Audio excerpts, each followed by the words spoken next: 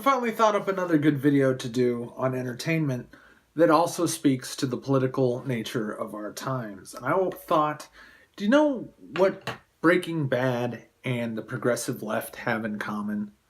Well, one really important thing. So I was thinking about this the other day when I was reading some comment thread in some video about Breaking Bad. And I think Breaking Bad is one of the best television shows on TV. But the argument people were having was about the heroic nature or lack thereof of Walter White. Is Walter White a hero? And the consensus of the thread, which I strongly disagree with, is that Walter White was an anti-hero.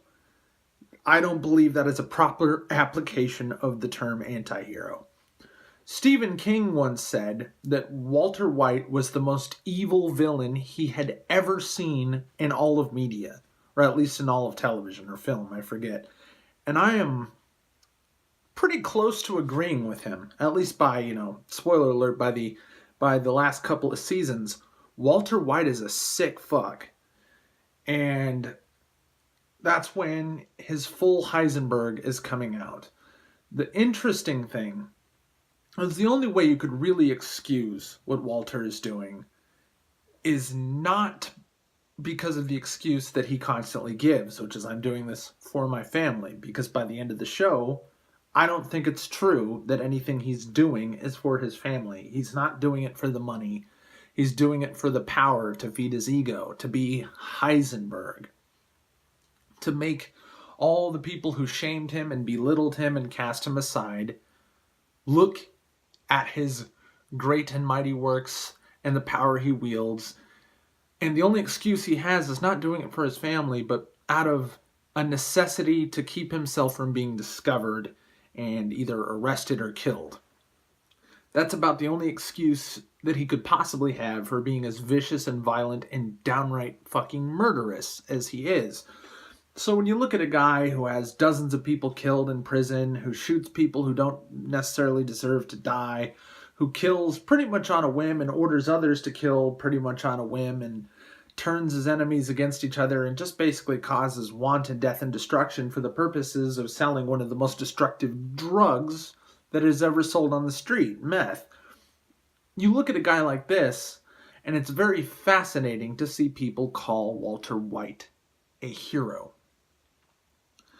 The other thing is that some people think that Walter White is an extraordinary character. And anybody who thinks that Walter White is not ordinary, and anybody who thinks Walter White is a hero, are both people who are very wrong.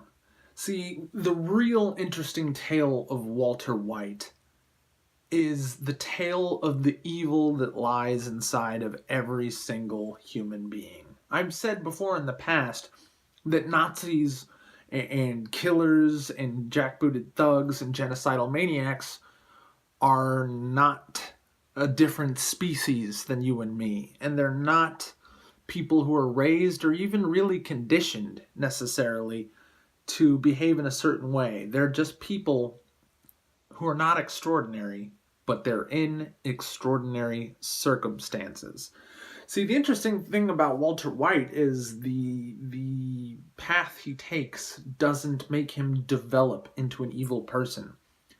Every evil tendency he has are born out of ways he was before he was even married, before his first son was born.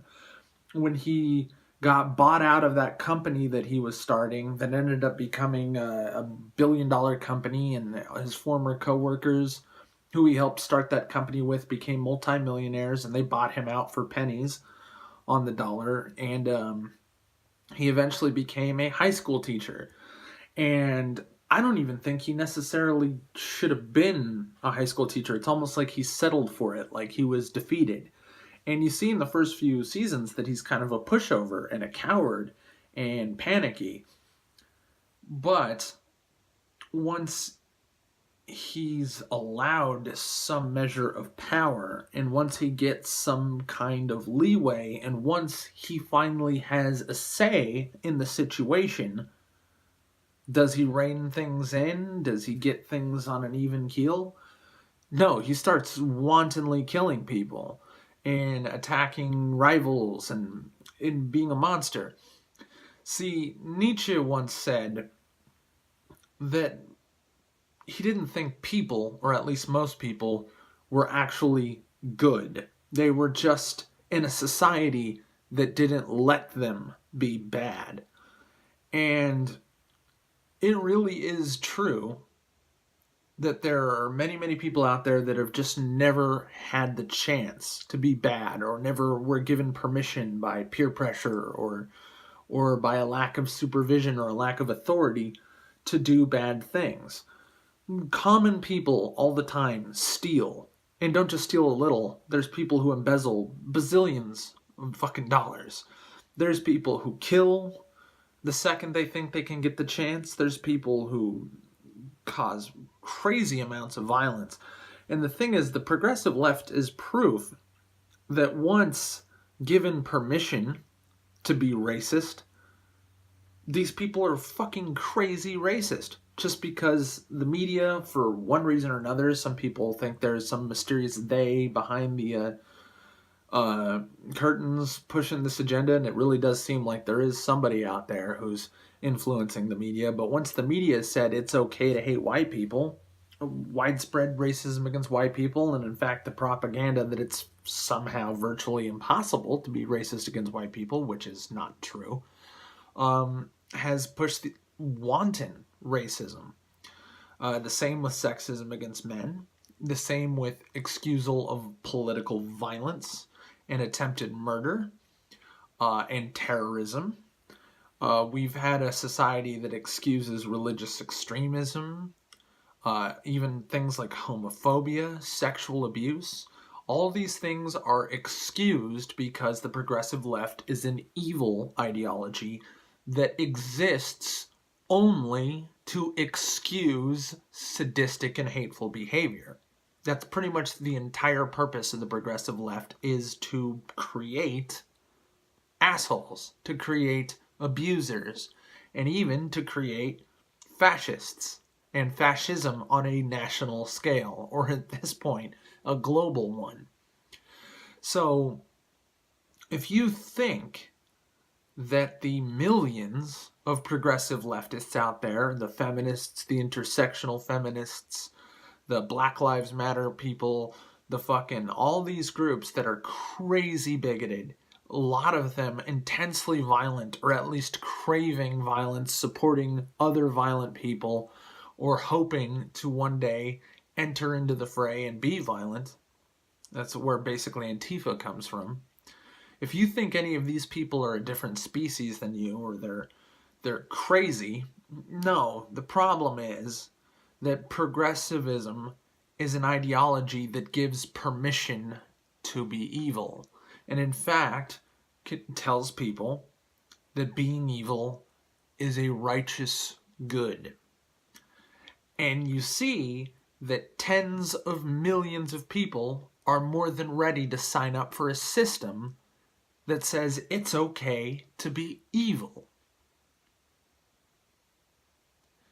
So the lesson you should take from a show like Breaking Bad is that Walter White, who loved his family, who wanted the best for his son and his newborn daughter, who was afraid of dying of cancer but also willing to do bad on their behalf, the more permission he got, and the more he got used to and desensitized to violence and evil behavior, the more he permitted it and eventually relished in it. And when you look at season 1 and just look at this meek, spastic man, you wouldn't think that inside of him was Heisenberg. And some of you think that Heisenberg didn't come out of him until some point in the series. I'm telling you that Heisenberg is in him, just like the Nazi that everybody's afraid of is inside them. And if you look at the progressive left, if you talk to progressive leftists and see how fucking psychopathic, how much cognitive dissonance and denial and fucking hypocrisy drives literally every fucking thing they do, and absolutely every single fucking thing that they say, without exception. You gotta wonder, what the fuck's wrong with these people? Well, this is how many of us are susceptible. This is how many of us, if given the permission to be evil, would gladly and gleefully be evil. And how easily one can convince themselves that they're not evil while committing wanton atrocities. So that's the lesson you should get from a show like that. That evil is normal. Evil is common. And sometimes it really does come down to mere societal cohesion and agreement. See, this is why the religious are terrified to admit that morality is not objective. That it really does come down to not some proclaimment from God or some natural force that drives people towards good and tells them the difference between good and evil. No, this is knowledge of good and evil really comes down to people who are just paying attention and are honestly thinking about what's best for everybody. The people who are dumb, or at the very least inattentive, the people who are gullible, the people who are stupid, the people who are secretly malicious and pretend not to be, all of the above will jump at the chance, once given the slightest permission, the slightest ability to be evil, they will jump at the chance to do it and be proud of it. Just like Heisenberg was proud of who he was. And it's easy to, when you see somebody struggling all the way through a long series and see how hard they work and how many times they cheated death and the desperation, and it's easy to suddenly believe and even continue to believe when in the face of all evidence, even by the end of the series, that Heisenberg was a good guy trying to do good. The thing was, he might have been a good guy trying to do good for a couple of episodes. Not a couple of seasons, not most of the series, definitely not all the seasons. But by the time he's killing, what's his name, Crazy 8 or whatever, it's already over. You're already killing people to be what you are. So that's why I always have to tell people that the progressives, if they could, would kill you.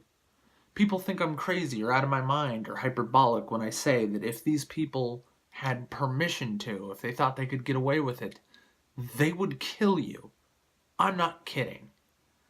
There's nerds and geeks and feminists and fat fucks and failure to launch losers and fucking Hollywood executives and every color of people under the progressive left. And from rich to poor. And all of them mostly only have one thing in common. Jealousy, envy, greed, hypocrisy, and of course, sadistic tendencies. They don't just hate you, they want to hurt you.